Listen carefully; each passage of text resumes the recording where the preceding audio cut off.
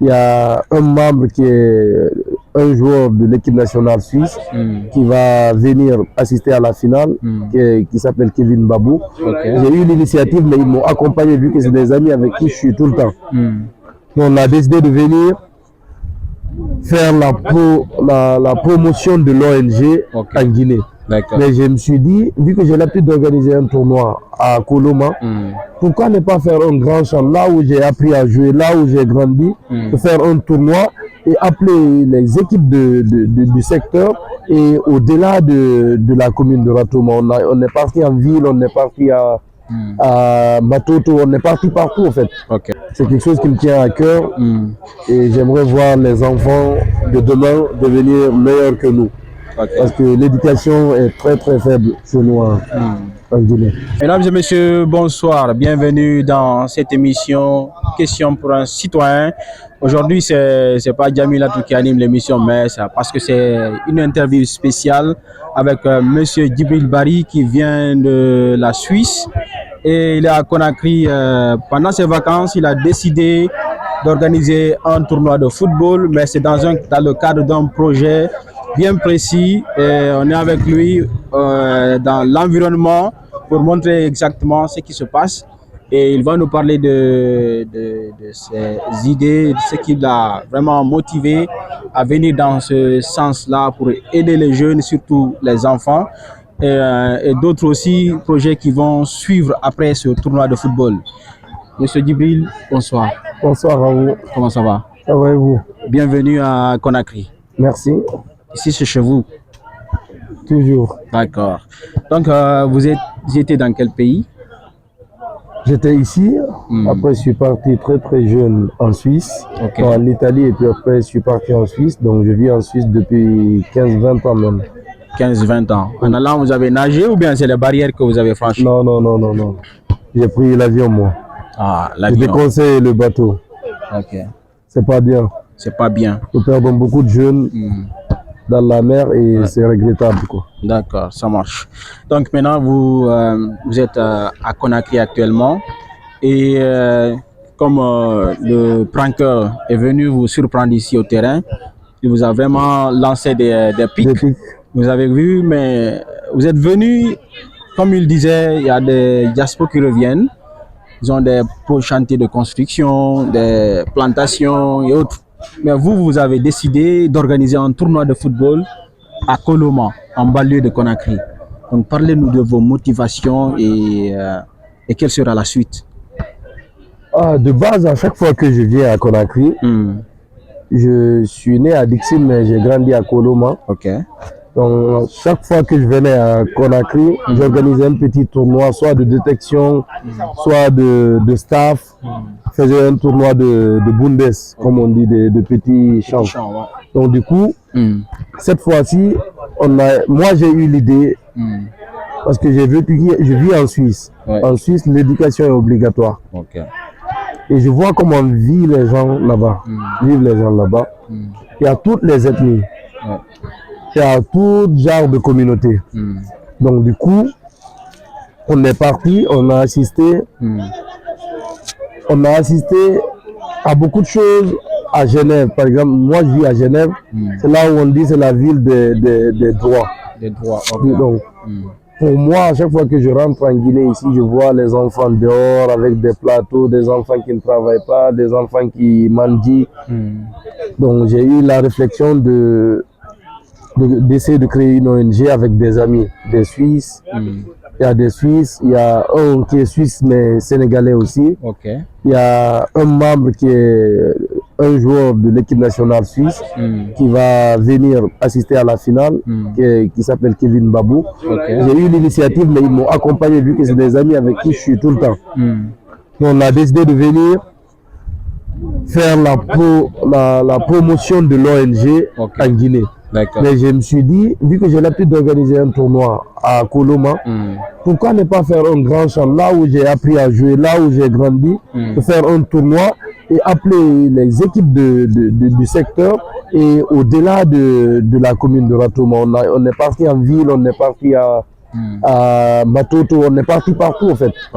Donc l'initiative c'était ça, c'est la promotion de de l'ONG qui est comment dire, l'éducation obligatoire pour tous les enfants. Okay. Donc, c'est quelque chose qui me tient à cœur et j'aimerais voir les enfants de demain devenir meilleurs que nous. Okay. Parce que l'éducation est très très faible chez nous en Guinée. Ça marche. Donc, parlons du tournoi exactement. Le tournoi a débuté quand? Il y a combien d'équipes?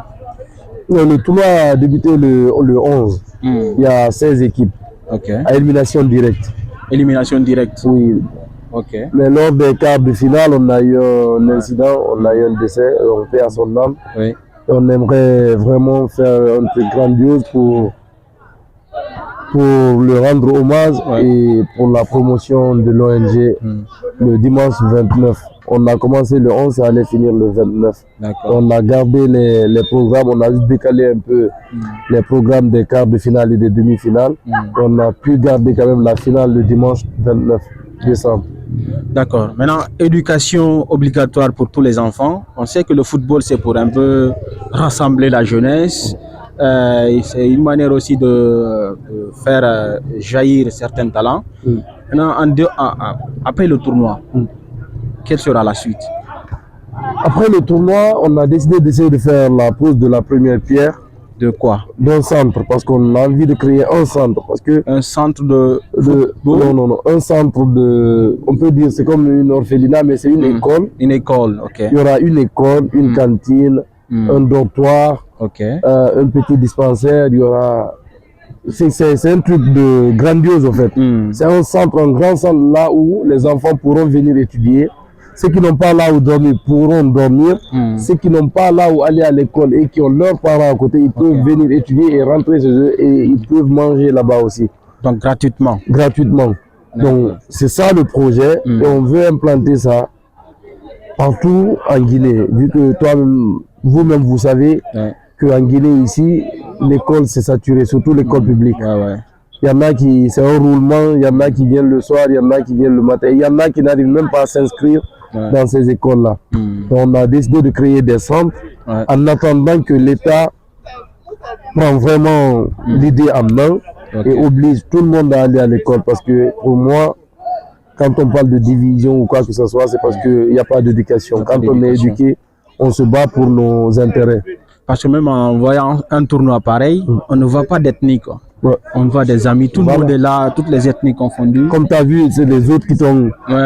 C'est des balinqués de Soussou qui t'ont agressé tout à l'heure, qui ont parlé à ton frère parce qu'ils savent. C'est la famille, quoi. Il n'y a aucune différence. C'est quand on parle de politique en Guinée, on essaie de diviser, de fracturer un peu le tissu social. Mais ceux qui sont allés à l'école, la plupart regardent leurs intérêts. Absolument, c'est toujours comme ça. Mais quand tu ne vas pas à l'école, c'est facile de te tourner la tête. Parce que maintenant, c'est une opportunité pour moi qu'on en parle ensemble parce que vous êtes d'abord un enfant de cette localité, vous connaissez les réalités. Parce que si on voit beaucoup de manifestations, parce que sur l'axe, il n'y a pas de lieu de divertissement. Il n'y a pas du tout. Il n'y a pas où les jeunes peuvent se divertir. Donc, des fois, il y a certains qui manifestent, c'est parce que c'est devenu un jeu pour eux. C'est pour aller juste se divertir dans la rue avec les forces de l'ordre. Ils n'ont aucune conviction. C'est ce que je disais à mes amis hier. On était assis, j'ai dit, quand tu vois un enfant qui fait 80% de la semaine à l'école, quand le week-end arrive, tout ce qu'il a envie, c'est de dormir, se reposer, réviser. Préparer la semaine qui suit. Mais quand les enfants ne vont pas à l'école, donc un métier. Et imaginez en Suisse, ils ont au moins 3 ou 4 fois d'entraînement par semaine. Il y en a qui font le foot, qui font du judo, qui font la natation. Ils enchaînent beaucoup de choses, mais ils peuvent te dire lundi je fais ça, mardi je fais ça, parce qu'ils sont occupés. Quand l'enfant est occupé, il ne pense pas à autre chose. Tout ce qu'il pense, c'est à son occupation. Parce que quand un enfant va à l'école, il sait qu'il doit aller à la natation. Quand tu lui dis va là-bas, même lui va être élevé du fait qu'il n'a pas été retrouver ses amis à la natation. Pourquoi il n'a pas retrouvé ses amis au foot? Mais il faut vraiment créer ces centres de divertissement, comme on dit, des centres de loisirs, des stades. Regardez ces stades clôturés. Ici, pourtant, c'est pas juste un stade de foot, c'est un centre de loisirs. C'est là où il y a tout genre de sport à Solo Primo. Ouais. Mais ils ont fini de tout acheter et le terrain est restreint. Donc, ouais. tu peux. C'est qu'on a vraiment besoin de l'éducation chez nous. Et lieux de loisirs aussi. Surtout parce que quand l'État investit dans l'éducation, les élèves vont réclamer. Absolument, ouais. Parce que quand tu n'as pas quoi réclamer, mon frère, tu ne sais pas ce que réclamer. Tu ne vas pas réclamer. Absolument, ouais. Parce que quand tu vas à l'école, on t'apprend c'est quoi tes droits. Et quand tu connais tes droits, tu manifestes pour une cause noble et bien définie. Ouais. Si je te vois là, Souma, tu te bats pour le salaire d'un Guinéen. Je sais que je suis salarié de la Guinée. Ouais. Je te suis. Absolument. C'est pas que les Noirs que élu Obama, comment dirais-je, aux États-Unis. Hein. Les Noirs, on peut dire, c'est 10 ou 15% de la population. Ouais. Même les Latinos sont plus nombreux que les Noirs aux États-Unis. Mais quand ils ont vu que c'est lui qui peut les rendre ce qu'ils veulent là, ils ont voté pour lui. D'accord. C'est comme ça pour moi, mais quand, tu sais, on a tellement fini de tourner la tête des enfants dans les quartiers, parce que c'est ça, les enfants ne vont pas à l'école. Ils passent toute leur journée à boire du thé, comment dire, à essayer de voler, parce que quand tu n'as pas de quoi manger, de quoi boire, de quoi t'occuper, tu deviens délinquant, mon frère. Absolument, ouais. Hein? C'est vrai. Donc, c'est comme ça. Moi, j'ai toujours estimé que la nouvelle génération, en plus, avec les réseaux, ça devient plus dangereux. Ouais. Parce qu'à notre temps, moi, si j'ai juste un an de plus que toi, quand tu parles, je me tais. Mais la nouvelle génération, là, tu ne peux pas, mon frère. C'est impossible. Parce que l'éducation est vraiment à bas. Il faut rectifier cela. Il faut rectifier cela. Okay.